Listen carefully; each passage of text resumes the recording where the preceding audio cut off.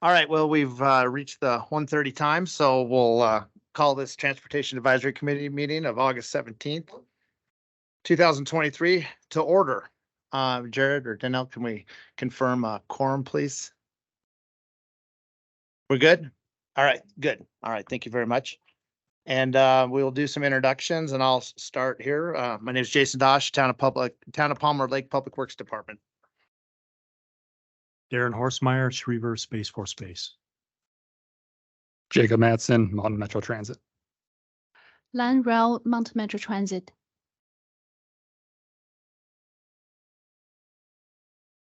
Speaking one.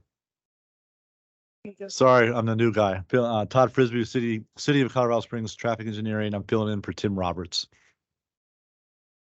Kathleen Collins, CDOT HQ, Statewide and Regional Planning. Jeff Guthrie, CDOT Region 2 Planning. And to build on John's joke, I didn't get a harumph out of that guy.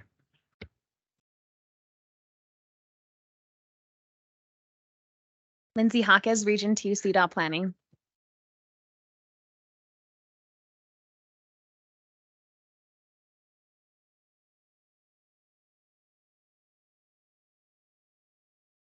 Jess Bechtel, PPACG. Danelle Miller, PPACG. John Luis Santos, PPACG. And Jared, could you help with who's on the line, please? I'll be happy to. Becky Frank.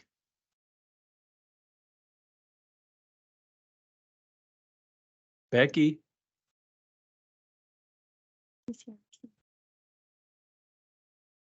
Becky from Green Mountain Falls on. We'll just go down and just a heads up, it'll be alphabetical by first name with the exception of Chris Padilla. But let's go Benjamin Schmidt first.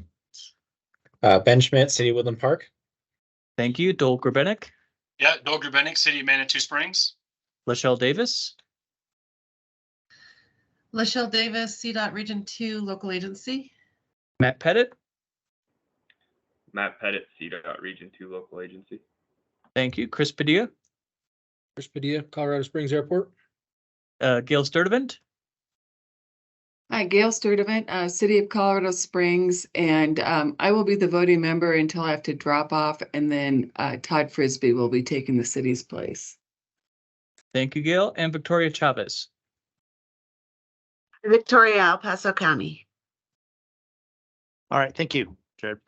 I hope everyone has had a chance to look at the agenda for today, and if so, can you get a motion? Jason, this is Gail Sturdivant. I would move approval of the agenda as published. Ben Schmidt, second. All right, sounds good. All in favor, say aye. Aye. Aye. Any nays? All right, look, that passes. All right, so let's see, do we have any public comment in the room today? It does not look like it. All right, we will move on to Jason. Yes. Normally, we don't worry. Okay. I shouldn't say worry, but normally we don't do the staff that's here. Okay. But I did want to take an opportunity to introduce Sylvia. Sylvia, I can't remember your last name. Yeah, what she said, Aguila. All right. So she is a Vista volunteer originally from Missouri. So she's going to be here for a year and she's going to be helping us out with the Futures Forum, but other things. So part of the whole Vista experience is kind of figuring out what you want to do in life. So don't be surprised if we bring her to something and ask you to help, pick your brain or ask you to mentor her on something. So we're very fortunate to have her, and we look forward to her being around for about a year. So. All right. Welcome. All right. Thanks, John. All right. Number 4, approval of the minutes. And if everyone is happy with the minutes, we'll get a motion in a second and move on. This is Dole Grabenik. I motion approval of the meeting minutes. All right. Thanks, Dole. Ben Schmidt, second. All right. Thank you. All those in favor say aye. Aye. Aye. Any nays? All right. That passes. All right, John, the Board of Directors report, please. This should be pretty quick, Mr. Chair, in that there was no real transportation items taken care of by the board because the majority of the meeting was the Broadmoor 208 permit discussion and application. Wow, that was fast. Yeah. All right, we're just cruising right along here. Did anybody tune into that? What do you guys think? I tuned in, John. I shared your pleasure up till 11 o'clock and then I was out. Yes, a couple of hours of your life you will never get back. All right, True. so we will move on to our first action item, which in this situation is more of a direction item. This one doesn't require any action for the long-range transportation plan. Danelle? Yes, good afternoon, everybody. So today we have an update on our long-range transportation plan, and then we were looking for some guidance and some discussion from the TAC so that we can move some items forward. I just need to open up my files because I lost it here. So the first memo or the first page of the memo is just really an overview of some of our ongoing items. Our travel demand model, for instance, ongoing. We did send out a public survey as a kind of a kickoff to the long range transportation plan. That is live now and it will end on September 7th. Kearns and West is our public involvement kind of assistance firm that's helping us with that. And they'll put together kind of a report of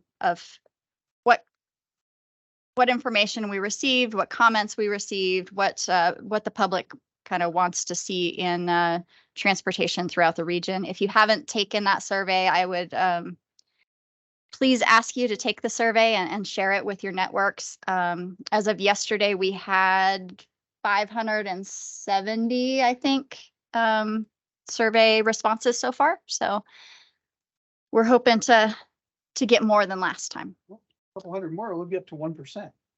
Right.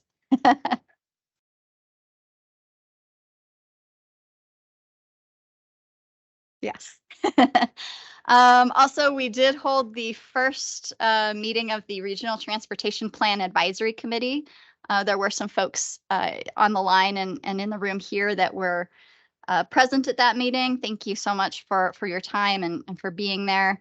The Regional Transportation Plan Advisory Committee is really kind of a community stakeholder group involving folks from the jurisdictions, but also members of various community groups so that we can keep them informed of the LRTP and to the extent possible get their input on the LRTP's development as we move forward. The active transportation plan will be kicking off. Olson has been selected for that effort, and we're actually hoping to involve them a bit in RAT PAC meeting number 2 to hopefully eliminate or minimize some of the demands on stakeholders' time to try to consolidate some things. Jacob or Lan, do you have an update on the transit and the specialized human services that you'd like to give? Sure. Yeah. So that one is still working its way through contracting with our contractor to get a finalized contract on that. And we are looking to have our first kickoff meeting September 27th with the consultant. Okay, thank you. Does anybody have any questions kind of on the overview before I get into the stuff we really wanted to try to dive into a little bit today? Take that as a no. Go ahead. Danelle. Hello, it's Victoria. I think that after the land use meeting, Maureen was not only going to send out the presentation, but also some specifics about the input she's looking for. Could you remind her to go ahead and do that? Because I think our land use people are waiting for some additional guidance. Certainly will. Thank you for bringing that to our attention. Thank you. Danielle, this is Lan. We were working on the project lists. And one question that came up was we were working off the 2045 project list. And some of the projects we had from 2045 are very specific. For example, a transit station improvement. It's very specific as to this is the Citadel location or this is the location. And our internal discussion is, are we predetermining prior to the 2050 plan process?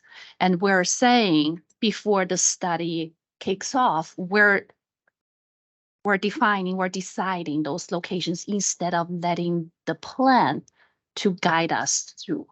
So we're thinking about lumping those to one line instead of identifying specific locations. Does Sure. that sound okay? Sure, yeah, we can pull those together and make it more broad, so it's not necessarily a specific. Okay, if the plan determines based on the process and input, here are specific locations, we feel more comfortable to spell them out. Sure, go ahead, John.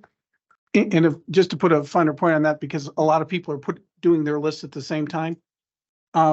If you look at the federal regulations, 23 CFR 450, blah, blah, blah, whatever it is, it does give specific directions for some things. For example, if you say Woodman Road from Powers to whatever, you have to give the name of the road, the limits of the project, and then what you're actually doing, widen from, and I'm just making this up. So don't, 2 to 4 lanes, add street lights,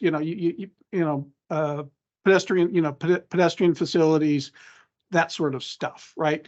That's whatever is specifically in the federal rule we have to do. But for things, and most of that is for the modeling, right? So if Will has to take your project and do something with it, that's probably where the federal regulations sort of interlap. But for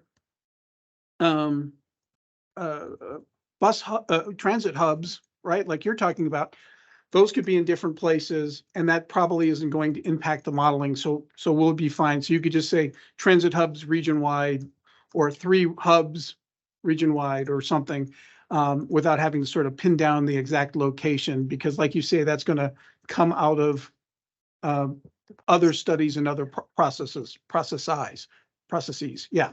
So I just want to make sure that that's the answer for you and what you're doing, because transit's a little different animal than if somebody else was doing roadway projects. You can't say Palmer Lake widening a bunch of roads and leave it at that, right? We have to be able to have a very specific sort of name of the project, start, end, and what you're doing.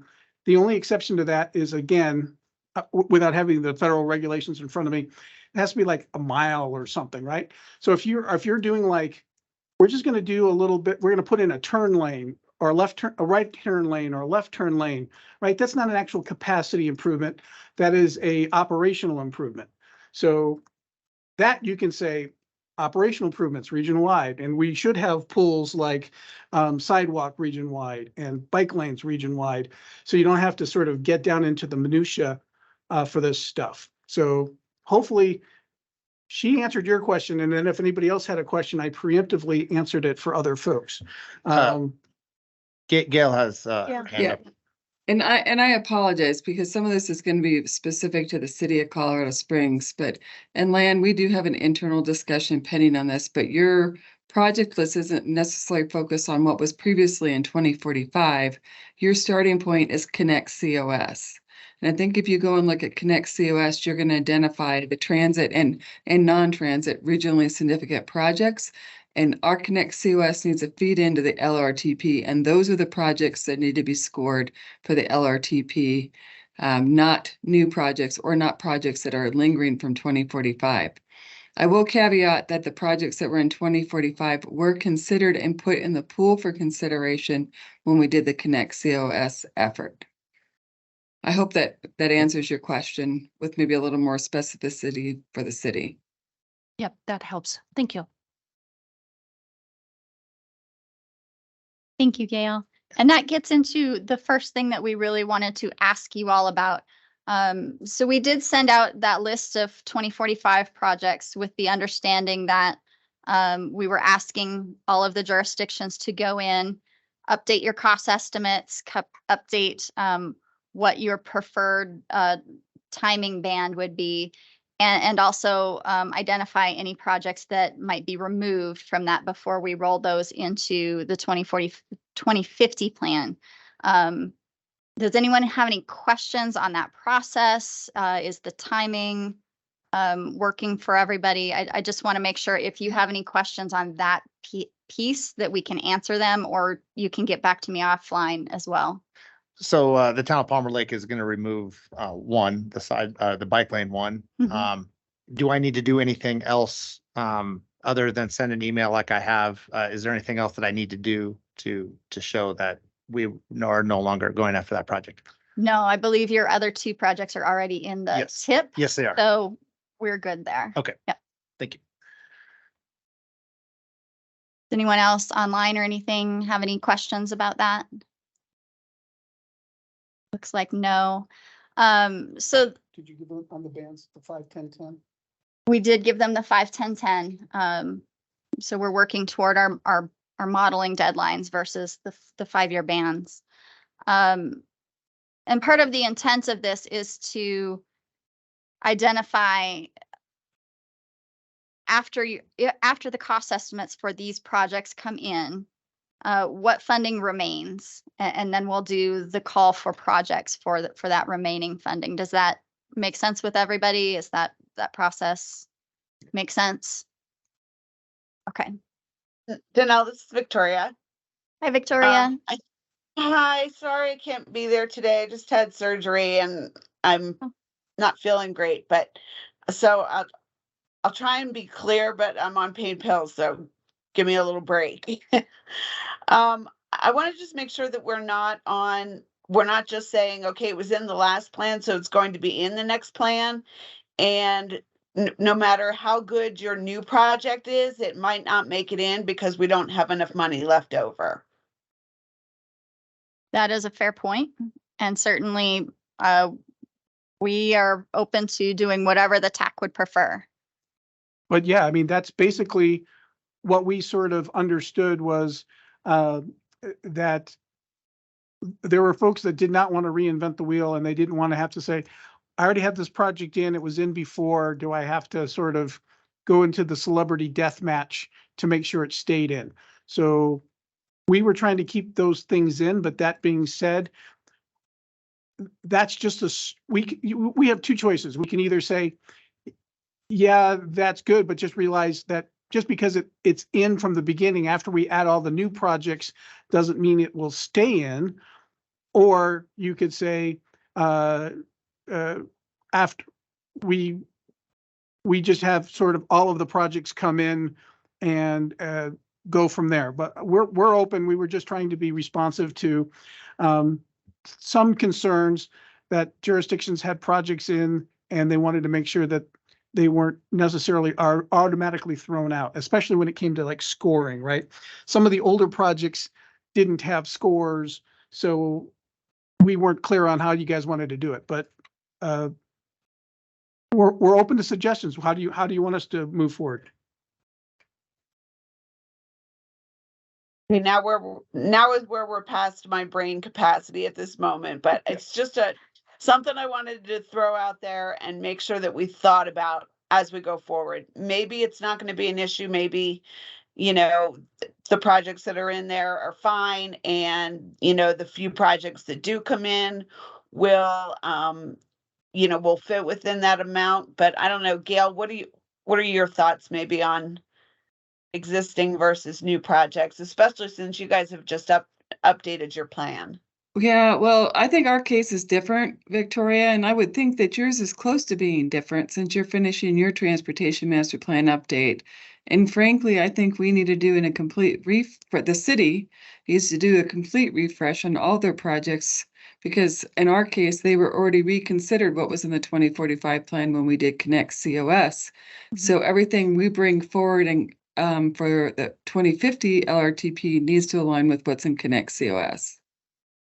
And I would suspect, I mean, since you're doing yours, I don't know if you're far enough along with project lists. That's what I would suspect you would want to do as well, Victoria. Yeah, unfortunately, this is going to be due in like October, and I'm not going to be done with the plan until March of next year. So I'm in a little different boat. Right. Well, and then I would say, if it's just because it's in the 2045 doesn't mean it needs to be in the 2050, and you're going to need to make a judgment call with how your personal transportation plan is progressing to make sure what you think the outcomes are going to be there and what's aligning with the LRTP. And I think I might have something if I can jump in. So I think, and Danelle, you correct me if I'm wrong, right? But what we were going to do is, hey, we have, and again, I'm just pulling numbers out of the air. We have $10 million, and we looked at all of the old projects, and they take up $5 million. So we're going to release a call for projects for $5 million. So from that perspective, that puts an artificial cap on jurisdictions who want to move around a lot of projects. So instead of having the rule of you can't apply for any more money than what's available, or we base the call for projects on that, why don't we go ahead and again, continue with this exercise of making sure we have the existing projects in, as long as everybody's okay or understands that just because you have an existing project doesn't mean it will necessarily survive till the end of the process. But then when we do the call for projects, and again, keeping the same schedule and everything else, instead of saying, again, back to my $10 million scenario, hey, we have 10, we have 5 already in there, you can submit $5 million worth of new projects. We say, we have $10 million, we have 5 million existing, but you can submit up to $10 million worth of new projects.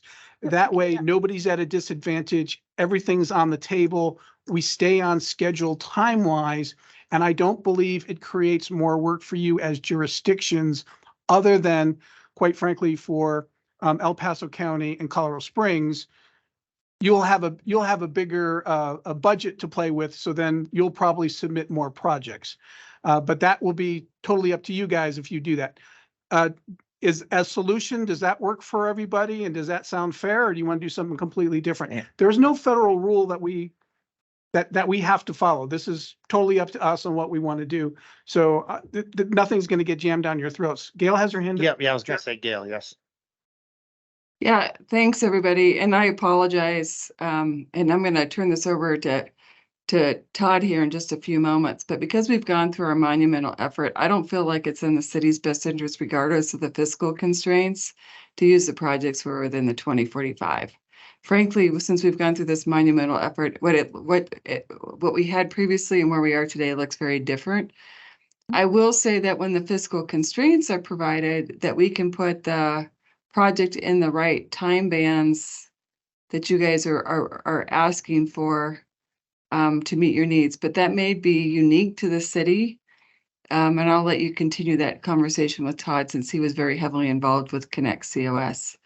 But I do want to ask one lingering question, that as we've developed this long range transportation plan, we're doing fiscal constraints. Are there going to be any illustrative time periods in addition to these initial time bands? We have done an unfunded illustrative list in the past, so that should more money be available, that could be, moved into the fiscal constraint list. But I don't believe at this time we're putting any time frames on that unconstrained money. Right, and that's what I would expect. So as long as we have that illustrative period without the constraints, I think that, again, for us, we can plug and play what was in our plan from Connect COS for projects. Okay. And there may be a way that we at PPACG can pull those projects in a more efficient way for Colorado Springs staff, since you already have that list established. Yep, I'm sure we can. Thank you for that, Danelle.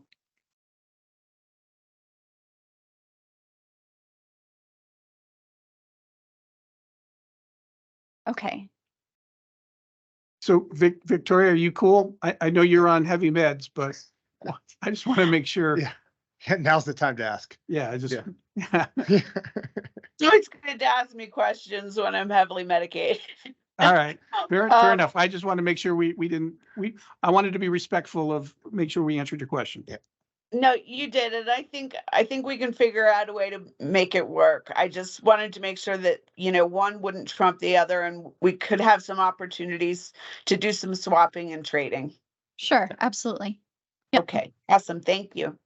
We do, as you all know, we do have some time limitations due to some of the modeling and the other efforts that need to take place after the project list is created.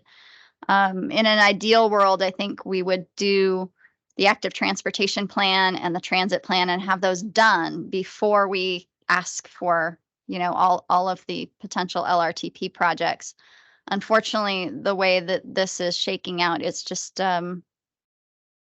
it's not going to be possible. So we're going to do our best. But I just want everybody to be aware that we're aware that it's not ideal, and hopefully for the next round, we'll be able to move some of those pieces around. But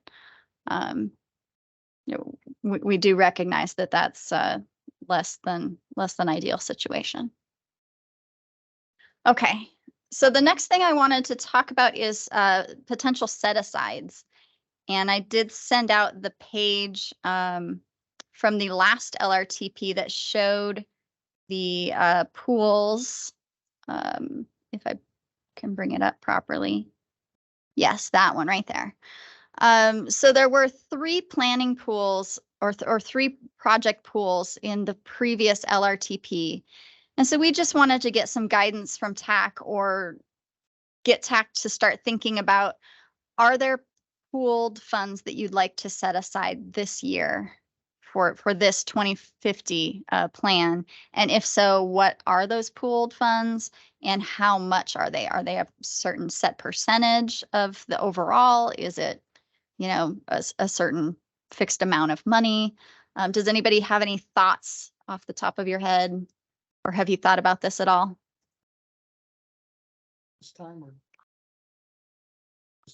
We can talk this time and make decisions next month. Yeah. So it's not a problem. What we whispered was, does this have to be set in stone this meeting? And it does not. That being said, obviously, if you're all comfortable with something and it's not a big deal and you give us a thumb up, that helps with our schedule. But if you're not comfortable and you want to talk about it some this time and then revisit it next month, we can do that. So when you say pooled, just explain exactly what you mean. Like, so these are funds that are, say you want to do like a 5% set aside for congestion projects or sidewalk projects. So anybody in the region could use that funding. It's not, it's basically so that like 3 years from now, if you need to put a project in the tip that's like random sidewalk project, we don't need to heavily define that to get it into the LRTP, and your project would be consistent with the LRTP. And I think if you look at what's in there, for those who aren't close enough to the screen, there's last time we did a planning pool region-wide, alternate modes region-wide. So again, if you had like bike lanes or a path or something, multi-use path, or what do we call the wide shoulders in El Paso County? Multi-use shoulders. Multi-use shoulders, right? Or safety and congestion management. If you have projects like that again aren't specifically named, but they fall under the pool, you can cite these pools as being consistent with the long range plan. Because again, remember what the feds say is, if you want to be eligible for federal money and receive programming within the TIP, you have to be consistent with the long range plan. And if you have a very specific project, like we had talked about earlier, right, that's easy and you kind of point to that. But there are other smaller projects that you still want to go after and do. This allows us more flexibility moving forward to make sure that we're allowing you to do your projects without having to come back and do long range plan amendments every other year. So that's the reasoning behind this. Other things that you might want to do, Danelle had mentioned it as an example, but you could say congestion mitigation, air quality, pool funds. And then that way, things that are operational improvements can be in here without being specifically named. Is that what you were Yeah, getting at? Okay. it's basically a way to, so that you guys can utilize the tip funding without having to do long-range transportation plan amendments. And that, yeah, we can be more flexible with the funding. Because you can't necessarily, a problem may pop up in 2 years that we don't know about now, And you're asking us right now if we want to Yes. move this back Yes. a month or. Are there any, are there any pooled funds that you'd like to consider? Do you have ideas on what that amount should be? Is that something that you want to sit and think on and come back to next month? So just looking for some guidance.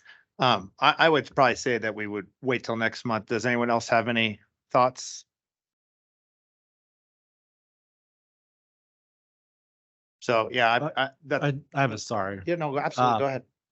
Are there, had there been other pooled funds other than these three in the past that, or these kind of encompass, I feel like these encompass most anything that could come up. The only one thought I had, I don't know if you ever thought about like a grant match pooled fund. I don't know. That's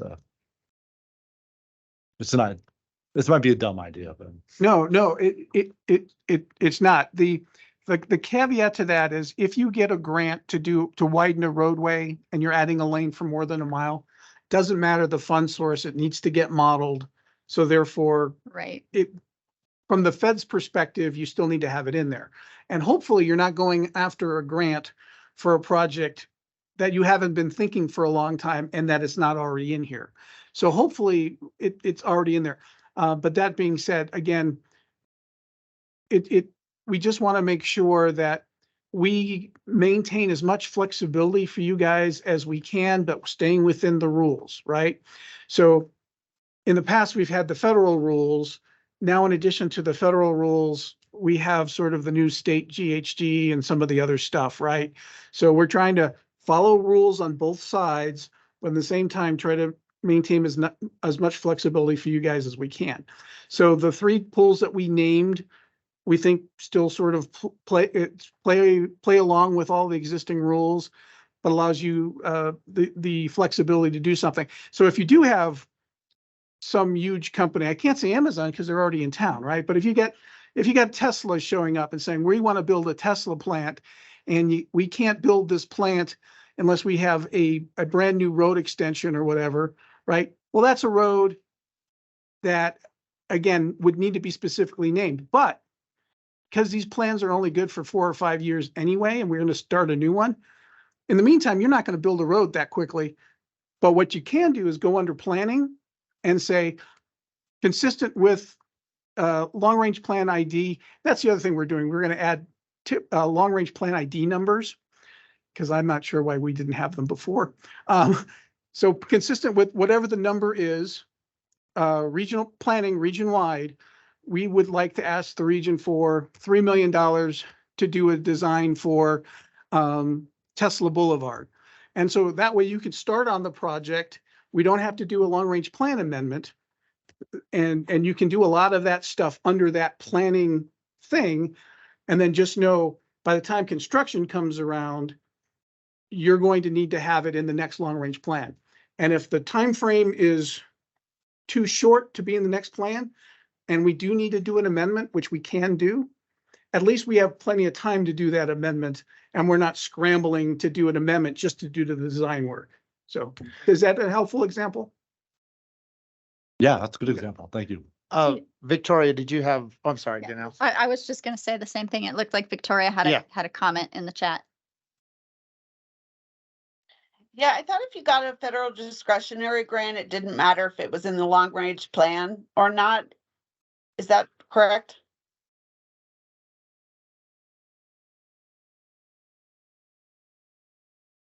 So look, right there, and again, if Aaron Busto were on the line or somebody else, like, look, I've been doing this a long time, and I remember at some point having to run and put grants into the long range plan. For example, and again, this was before my time, but when you guys got I-25, right? PPACG had to do a long-range plan amendment to get the 3 miles or whatever of I-25 into this long-range plan. And I think Dr. Cog had to do a long-range plan amendment to get the other 17 miles in. So even though you get money, the feds still sort of hold to that rule, but they understand that you need to sort of do things on the fly to make, like, normally the answer is no, but sometimes the answer is no, but we'll let you fix it off to the side and we won't tell anybody, right? So it's hard for me to answer that because I've seen enough exceptions to the rule, but normally they'd like to see things in there as at least a placeholder, because we did big rail projects back in Arizona. It was put it in the tip of the long range plan as certificates of participation so that it's in there. So that makes it eligible to get the funding. But probably not a very helpful answer to someone who's heavily medicated, but that's the best I can do. I'm sorry. Then I guess my suggestion would be to make one pool and just have it extremely broad, so that it doesn't necessarily be a number for planning, a number for alternate modes, a number for other, just maybe make it, and you'll think of a better name than I can right now, but other projects and a number. And that way it's completely open to anything that anybody needs it for. Since we're not doing anything on this today, we'll look into that and report back. Yeah, I think that's the best thing to do would be to bring this back next month for sure on this one. I do have one question. I really like this pooled idea. Sounds like Victoria is actually pushing for more flexibility with combining those three. My only question on these, and again, I think these three pretty much covered, I think everything I can think of. My question is, for example, if we were to keep those three under planning, we have $2 million in the pool and we get a discretionary grant for $3 million. We don't necessarily need to amend the plan at that point. We'll just update the tip. Okay. Yep. Okay. It basically opens the door for us to do the project and allowing us to bring more money. Right. Yeah, fiscal constraint is there to make sure that you are not that you're not over promising to the public. But if you already have the money in hand, that means the project is real and you're fine. So if we wanted to go over by about 20 minutes, I could tell you the Atlanta story, but we don't, so I won't.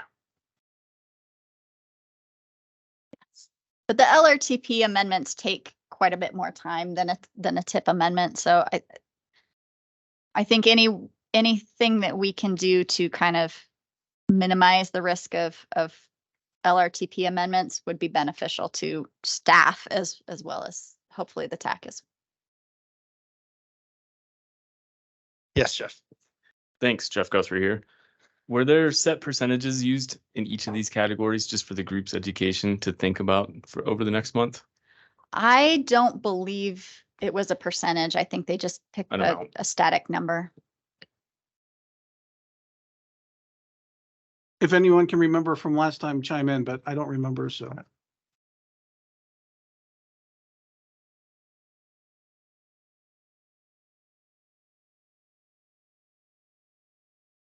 No, stop.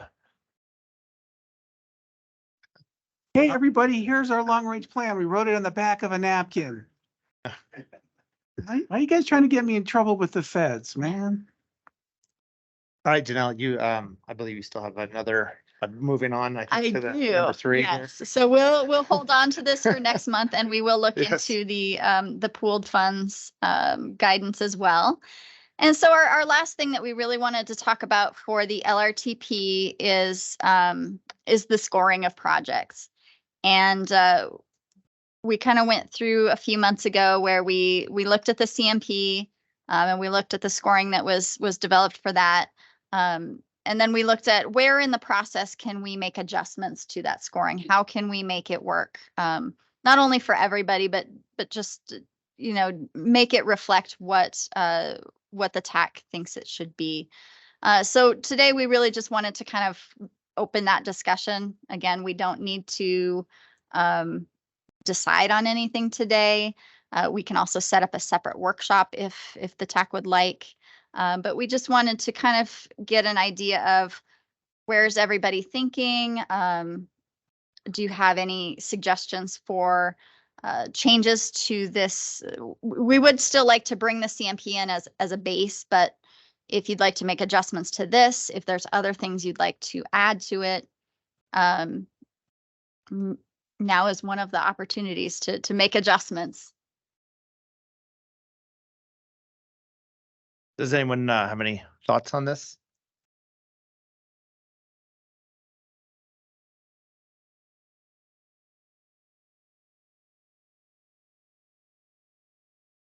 I think we Jason, might. that's- Oh, yes, go ahead. Yeah, go ahead, Victoria.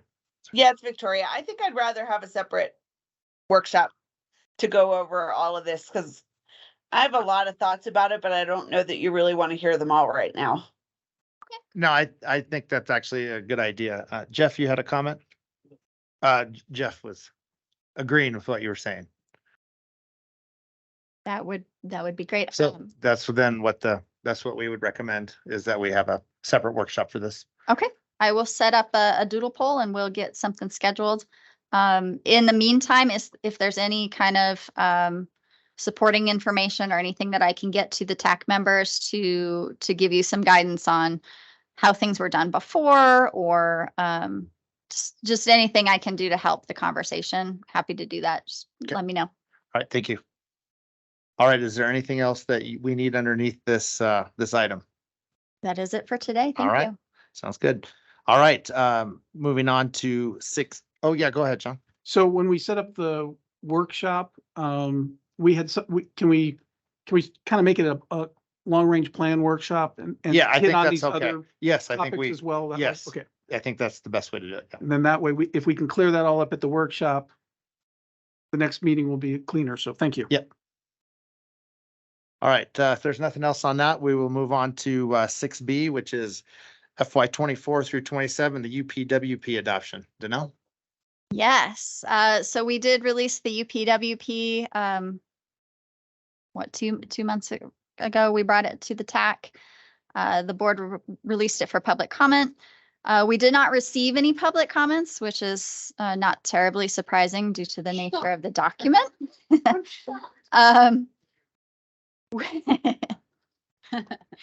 We do actually have a few numbers updates that we need to make internally to the document, but otherwise it will be exactly the same.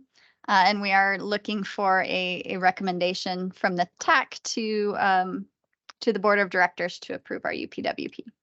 Does anyone have any comments or question on this? And if not, be looking for a motion. Jason, I have a Yes, question. go ahead. You mentioned there are a few updates that you would like to make to the plan. What are those? Right. Actually, John and I are going to work internally to make a couple of numbers changes, just following some budget updates and some just minor, like buying furniture, things like that. Yeah, I think there was a difference of. John, the number- your microphone there. The number we used was 21,000 different than the other number.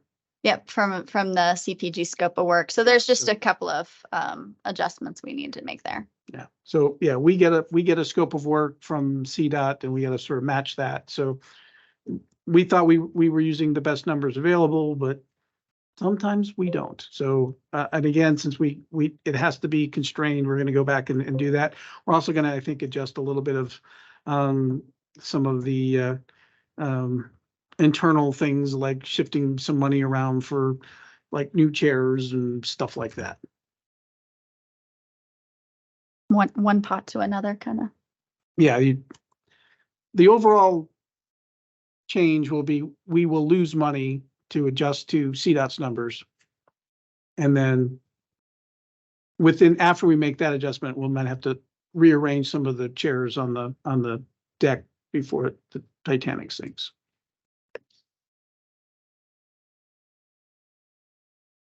All right, is there any other questions?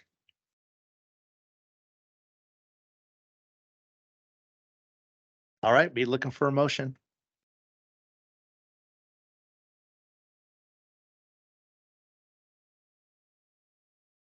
I guess we're pack it in, guys. Go home. I can't make one today. This is Lan. I move to approve. Victoria, All right, second. All right, thank you. All those in favor say aye. Aye. Any nays? All right, the motion passes. Thanks, guys. Thank you. All right, moving on to 7A, information items, the GIS portal and web maps overview. Will.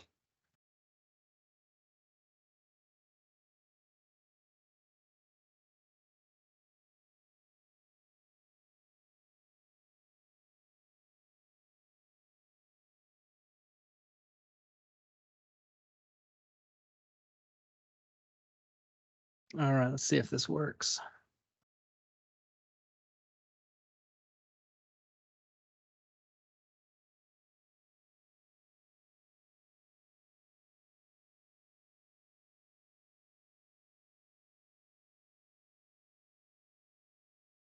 All right, there we go. Hi, I'm Will with PPACG.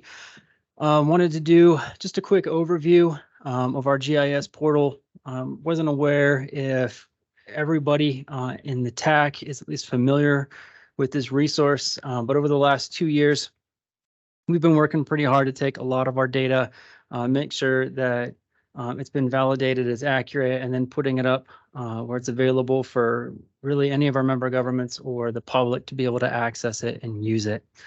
The link is in the notes, but it's just ppacg.maps.arcgis.com. That'll take you right to our portal page, which is what we're sharing right now, the regional GIS and planning data. You do not have to sign in. You do not have to have an account. If you do happen to have an account with ESRI or ESRI, either through your municipality or another organization, you are welcome to sign in and you can use the account, but it is open to the public, so you don't actually have to have a login in order to access anything on our portal. We keep the majority of our data down below on the popular maps and apps. This is where 90% of our traffic comes in. So most of the traffic is viewing either the PPRTA material or our traffic crash data, which is really popular. I think today what we're going to do is I'm going to go through looking at our administrative boundaries and just give a quick overview on how most of our web maps function. So if you wanted to filter some data or even just be able to print some data or save it or have some of your own GIS people access it, just show you how that works. So any of these you can click, they'll open up in a window. We can look at the PPACG administrative boundaries map that you see here. And when it first opens up, you just get the legend that shows you all the layers that are currently active. So we have some of the census urbanized areas, the municipal boundaries within our region, the PPRTA, the MPO, and the general COG boundary. On the left-hand side of all the web maps, we have a series of tools that control the overall look at the map and some of the general tools available and what you can do with it. Second from the top, we have the layers button. So if you wanted to explore these layers, turn some on and off, or add some new data of your own, you could just by clicking on that. Also, what's nice about this is when you look at the layers, you get a little prompt here, especially if you're not signed in, but it says get started. You can learn more about Map Viewer. If you click this, it opens up a tutorial that'll walk you through how to use the Map Viewer, how to customize your pop-ups, work with time data. So for example, if you had a layer that was either on our website or something you added that was time aware, you could actually animate that by time. There's all kinds of tutorials and stuff that it'll walk you through. But again, we're just going to go over some of the broad strokes here. But that's always available whenever you open any of our maps. You can also find that down below on the lower left-hand side where it says information. If you click on that, again, there's a couple of shortcuts and analysis. You can find out what's new and on how to use the map viewer. So there's always information down there as well. So on any of the maps, the first thing most people want to do is figure out, well, how are we going to turn certain layers on and off? How can we go ahead and clean this up? Maybe what we're after is we wanted to view just the PPO in relation, or the MPO in relation to the PPRTA boundary, and remove some of this other stuff.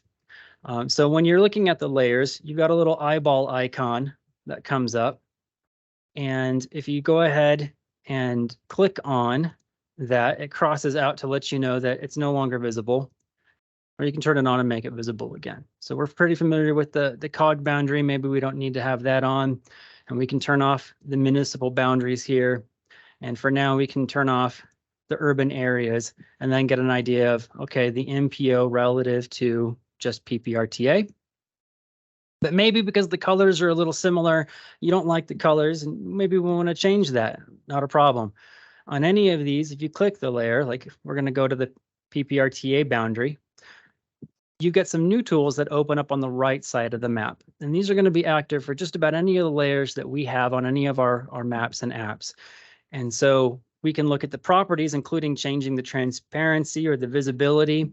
But what we can also do is change the style. So that's going to change any of the layers, how they look, the colors, the outline. We can also go ahead and put on a filter, which we'll do in a second. And then we can also customize the pop-ups and labels if you want to. The most common thing that people want to edit, though, is the style. So in this case, we're looking at the PPRTA boundary. We can go to the style options, and we can see that we've got it set up as just a simple blue symbol here. But if we click that, we can change the fill color to something completely different. Maybe we'll go with like a red so it really stands out. And maybe we don't want as much transparency on it this time. And we want a stronger outline. So we can change that to like a black, and then increase the outline width if we needed to. And just hit done. And now we've customized that, and but it's kind of hard to see the MPO. Well, you can actually click and rearrange the layers as well. So we can make the MPO sit on top of the PPRTA, if that makes it a little bit clearer, and we can identify, oh, that's where we have some gaps within the PPRTA. Obviously, Fountain not part of the PPRTA. We have a couple of exclusionary zones for tax purposes around the airport that aren't included. Monument Palmer Lake, but then turning that off, we can see, but they are included within the MPO. Fairly easy to use. And then again, all of this is outlined on the instructions that'll walk you through, again, how to go through these different toolbars, change the colors, change any of the settings that you'd like. Something else that people often want to look at is maybe using a filter. So what I'm going to do is we're going to turn on the municipal boundaries, and I'm going to turn off the MPO. And so now we've got not all the municipal boundaries in the state. Again, it's just those within the COG. So Fairplay, Alma out in Park County, and of course Callahan, down to Victor and Cripple Creek and Teller County, and all the jurisdictions in between. But maybe we're looking just for a particular one. So we can go into municipal boundaries. And again, we see those tools on the right side of the map viewer that come up. And this is where if you wanted to change any of the symbols, if you wanted to highlight a particular municipality or give it a hatch fill versus a solid fill or change the transparency, you could do that. But just below the styles option, we do have a filter button. And with the filter, we can just build a simple expression. We can query out what we're looking for. So we can add an expression in here. And we can say where the name is, or we can choose another option if you have a FIPS code, or if you want to know areas where cities whose area is larger than a certain value, we can build that. So let's just go ahead and say where the area in acres, and then we can say it comes up with is at least, but we can say maybe is greater than, and then you can go ahead and type in a number, or what it'll do is it'll automatically show you pretty much all the values, and you can actually just kind of slide it around if you wanted to choose a different one. And it'll bring in on the map kind of interactively which municipalities would meet that criteria. But if you hit save, you've got that filter that would be applied. And we can even go ahead and add another expression if we wanted to. So if you wanted to say where the area is greater and the name is, well, if we did Alma, it's not going to come back with anything because Alma is not greater than our threshold. But we can certainly come down here and say where the name is Colorado Springs, and we can see that's the only one that meets the filter criteria. So you can filter this data. A common tool for that might be looking at some of our roadways. So I'm just going to open up a new one here. So the roadway network map, we've got a lot of layers built on the same data to illustrate different criteria. But again, we open this map, it kind of zooms into the general urban area. And if we go to the layers, we can see that rather than looking at it by functional class, perhaps what we're interested in is we want to get an idea of where we have the stray net classification. In other words, the routes that are meeting that strategic highway network classification. And so we can turn off the functional class and we can turn on the stray net, and then just those routes that meet or are currently on stray net pop up. And again, on the left-hand side, we can go to the legend and we get some of the symbology breakdown. But because the map is interactive, we can also click on any of these roads. So for example, we see that this route right here, airport, is a little bit different than the others. And we can click on that and see that this is a stray net priority 2 connector versus the Highway 24, Colorado 21 powers overlap here, where that is a priority 1 connector. So that's why it's symbolized with a darker line. It's a higher priority connector. And then, of course, the interstate is always going to be included in a stray net classification. So this was something that we can look at. I believe actually they're considering updating stray net right now, as I recall. Actually, we're looking at adding Santa Fe and Charter Oak Ranch Road to the southern gate here to Fort Carson. That might become a stray net priority 2 connector in the future. It's something that they're currently evaluating. And when that happens, again, we'll update it. So the information that's kept on our portal is always as up to date as possible. But again, going back to perhaps functional class for these roadways, we can come back up here. We can turn on the functional class. I'm going to go ahead and hide our boundary and the MPO boundary and the stray net. And again, we can build a filter if we wanted to. And so in this filter, we can add an expression where perhaps we're looking at where we have that functional class. Again, for a specific route name, but in this case, maybe we want to look at is the FHWA NHA functional class. And instead of a minor arterial, we're going to look at where we have an other principal arterial, and we can see them come up and be filtered. And then maybe we're only curious on those where the owner is El Paso County. And we can zoom out and see those are going to be your number 3, in this case, other principal arterials owned by El Paso County and where they sit. So again, if you're looking for something like maybe for a grant or a planning project and you're curious about the functional class, or if it's on a national truck freight or state network or StrayNet or the NHS category, we have this out here. But even if you don't want to use it on our portal, all of the data is, again, freely available, so your own GIS staff can load it. So if I go back to our portal page, the last thing I'll show you and be done is if we click the gallery, it shows you all the individual layers that are available on the portal. Again, we update all of this. Most of it is actually marked as validated and authenticated through Esri. So we've met certain standards to ensure its quality. And any of these, if, for example, if you guys wanted to see what we have for 2020 census property stats right here, to bring in and use in maybe some planning work, or the 10-year population growth data for all the municipalities within the region, you can click these. And if we go to the item detail on here, it's available where we can open up again in the map viewer, or anybody can open it up in the GIS software. Even if it's not Esri software like ArcGIS Desktop or ArcGIS Pro, it can be opened up in free GIS software like QGIS or GRASS or some of the other systems that are out there just by using the URL. I would imagine most of your GIS people that are working with you would know how to do this. And if not, as always, if there's questions on our data, on the web map, or how to access any of this, please feel free to reach out at any time. We're happy to work with all of our member governments to make sure they have access to this data. Are there any questions or anything that anyone would like me to review?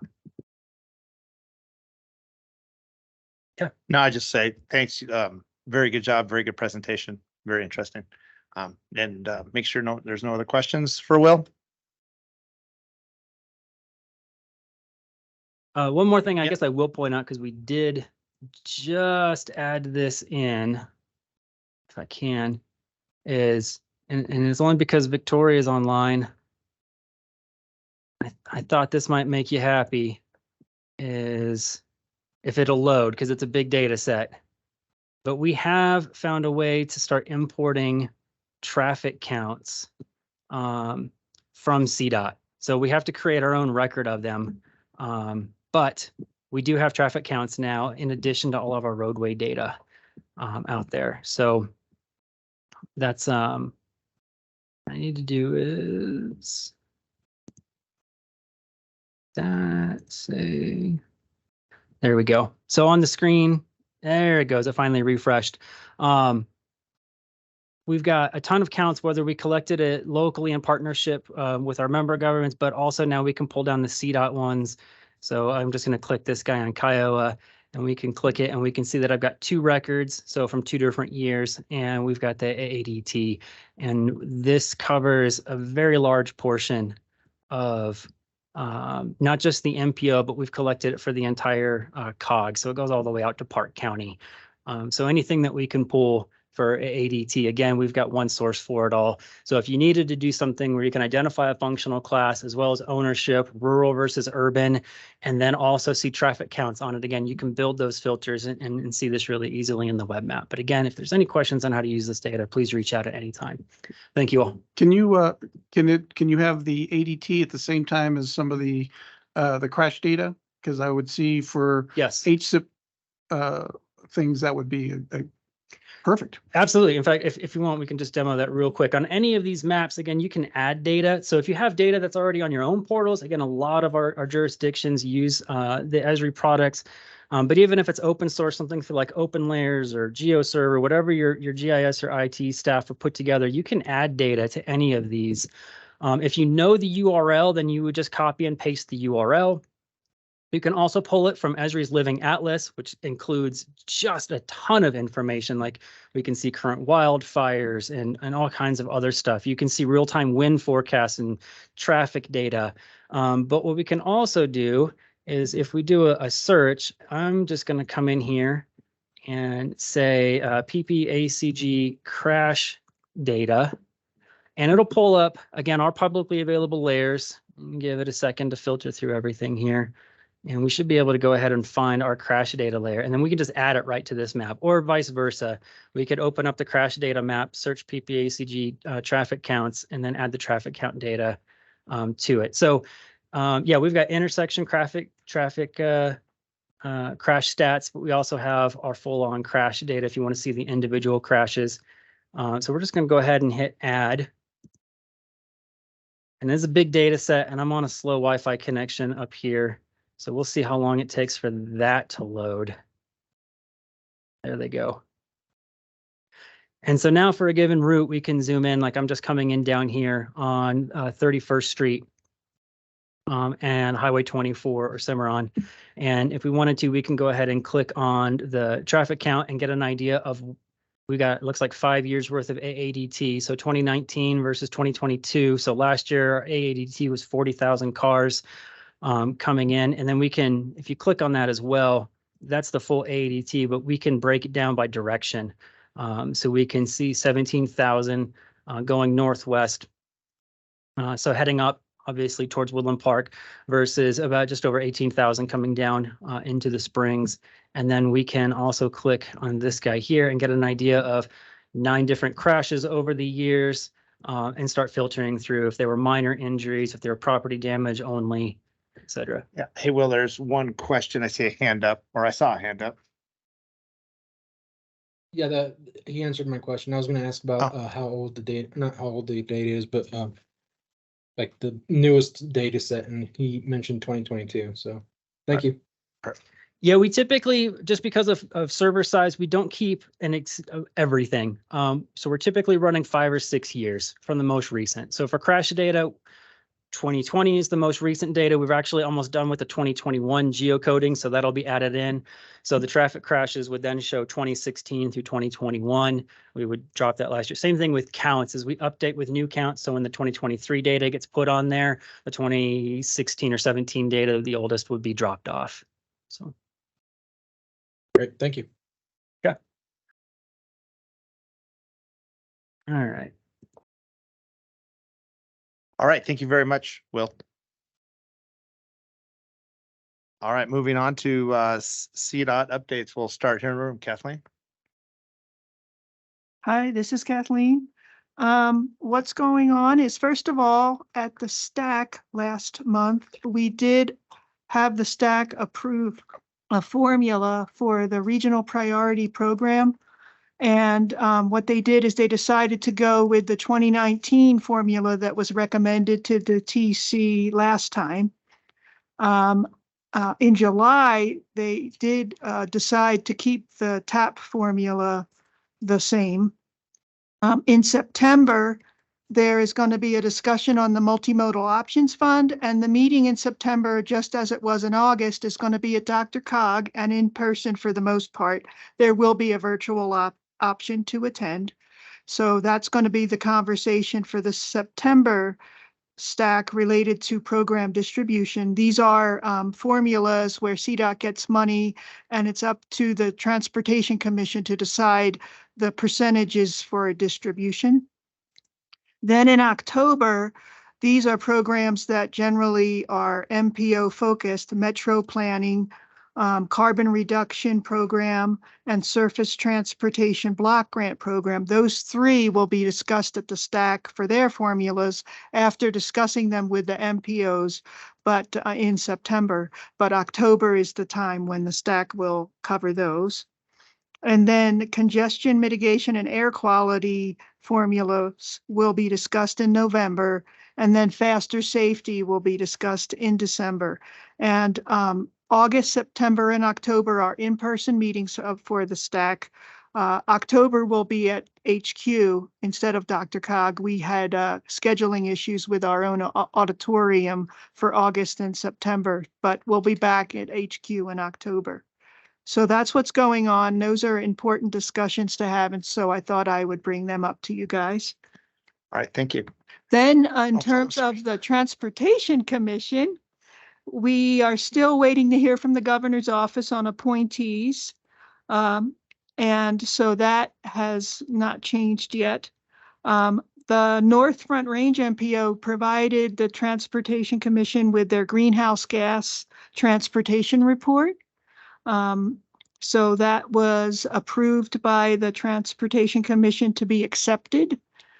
And then here is something that I think is very relevant, especially to El Paso County. A new enterprise has been created from Senate Bill 23280 titled Hazardous Materials Mitigation. And the Transportation Commission is the board of directors of that particular enterprise. And they were required to adopt a fee for fuel to collect $15 million to spend on mitigation projects for the environment, as well as increase safety for the transport of fuel across the state. And Jared has a link to the presentation that was given to the TC. The idea is that that $15 million will be distributed to different areas of the state where the transport of fuel initiates.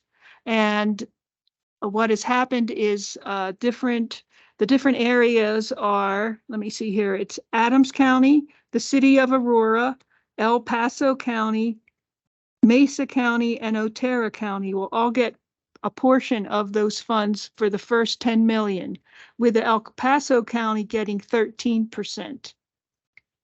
Then the remaining 5 will be for the administration as well as for the Transportation Commission to decide how to expend on freight-related projects.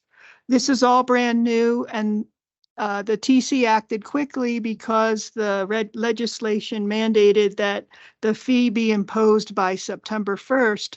So that is why they acted on this at the TC meeting in August. So feel free to look at that presentation. It's definitely impactful, and just wanted to bring that to your attention. That's all the updates I have. Thank you. Go ahead, Jeff. Thanks, Kathleen. Thank you, Mr. Chair. The one update I'd like to add on to that is at yesterday's TC, which I mistakenly thought was this morning. Shame on me. The request from Region 2 of the Transportation Commission to add a shortfall of 7.08 million to the I-25 Fillmore to Garden of the Gods project was discussed and acted upon. And so just as a heads up to everybody, I-25 from Fillmore to the Garden of the Gods is bids have been opened, and TC acted upon this yesterday and added these extra funds. So that is about to start. And I don't have an exact time frame, but please do reach out if you want to know that, and I can get back to you. And I think John Hall and I think Shane was still in the room at that time, went over at the last board meeting and went over that. So there was an overall sort of heads up, but it's good to know that the money had been approved. And then I'm sure as John or Shane give future updates, we'll know exactly when it's starting. So thank you. All right. Anyone online, Lachelle or anyone else from CDOT have anything? I don't have anything. Thank you.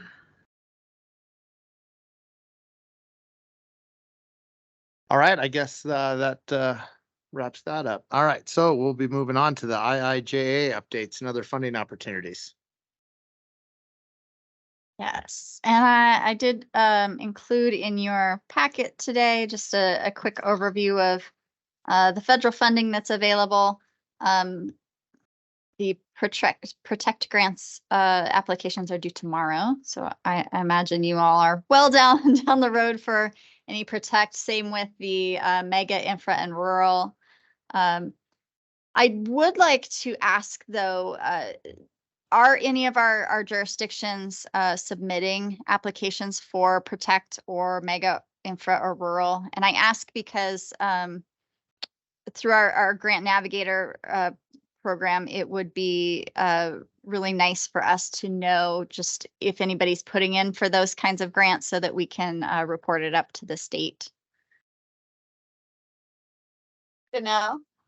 Yes. El Paso County is submitting a Protect grant for some drainage basin planning studies in the security. Okay.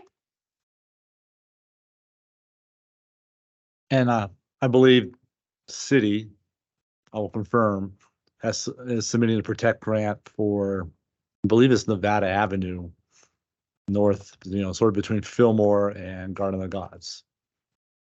Yeah, don't know the details, drainage and other stuff. Thank you. And we'll reach out if we have any But I'll need for I'll any confirm details, that. but I'll confirm that. that would be great.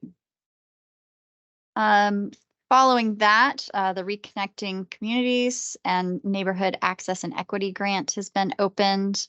There is a rural and tribal assistance pilot program. I know that Jill Gabler has been working specifically with Green Mountain Falls to try to apply for that because it is a zero match situation.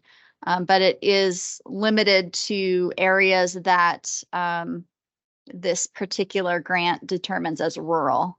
So most of our MPO areas do not qualify for that, but there's a few that did. Transit-oriented development has been opened, as well as the Stage 1 SMART grant program, which is the planning and prototyping grants piece. There is also a Stage 2 that will be a follow-on, but that has not been opened yet. There's also a table in here about some of the upcoming NOFOs that DOT is expecting to open this year. And then a couple of links that we've talked about before for Main Streets and the DOLA local match program. So just wanted to give that information out. And if you have any questions or wanted to share anything, be happy to talk about that. All right, thanks, Danelle. Any questions for Danelle? All right, hearing none, we will move on to tip updates. Yep, tip update. So the draft call for projects for 25-29 closes tomorrow. So if you can get those into us so we can get them up to CDOT for a quick review, making sure everything looks good. And then the final applications are due September 8th. And that's when we'll sift through and see what's what. And we'll probably schedule a workshop for right around then to make sure everything is looked at properly and that you guys are happy with that. That's about all I have for tip right now. Let us know if you have any questions or you need to work through anything as we do these applications. And we're also working towards getting the roll forwards done here very soon as well. So that's it.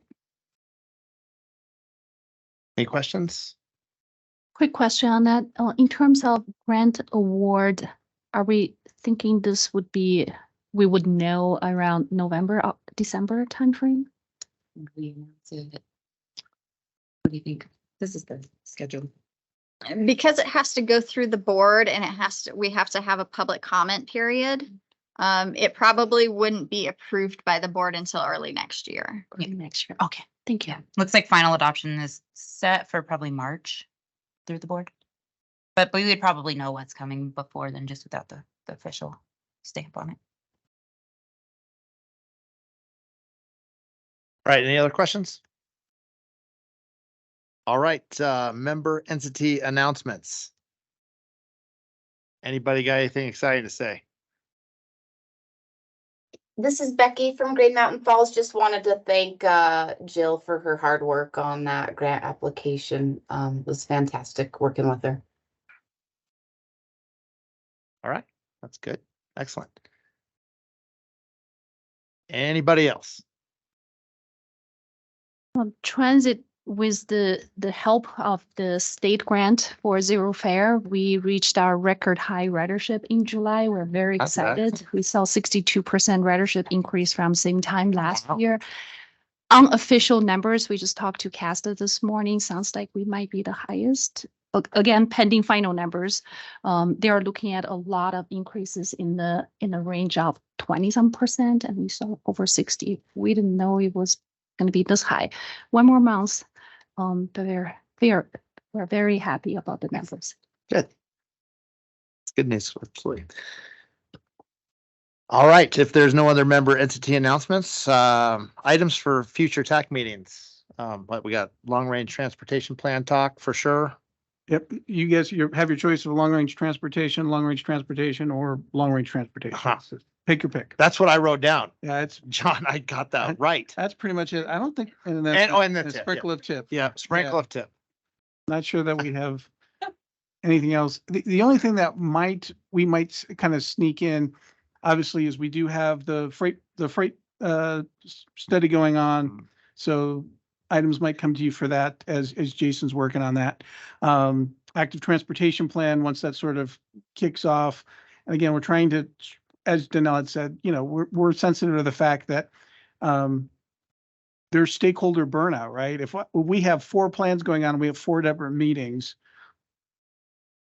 So we will do our best to sort of roll them up into one meeting. So you guys, as well as, the usual suspects that participate, that are stakeholders to these things, don't have much. But again, active transportation will probably be something that you guys will see. But again, that all sorts of rolls under the long range plan. So the only thing that's not long range plan related that I think we're required to do, and you'll see, I'm not sure when, is the complete streets requirement for the MPO as outlined in the IIJA. But we still need to get Kathleen a scope of work for that, unless you already did it. Okay, she does things and I'm like, hey, great, thanks. So we still need to get Kathleen the scope of work for that. So it won't be next month, but in the short term, you will see something on that just so we can be compliant with the federal rules. All right, sounds good. Thanks, John. And that comes to the end of the agenda. So 2:49, we'll call an adjournment.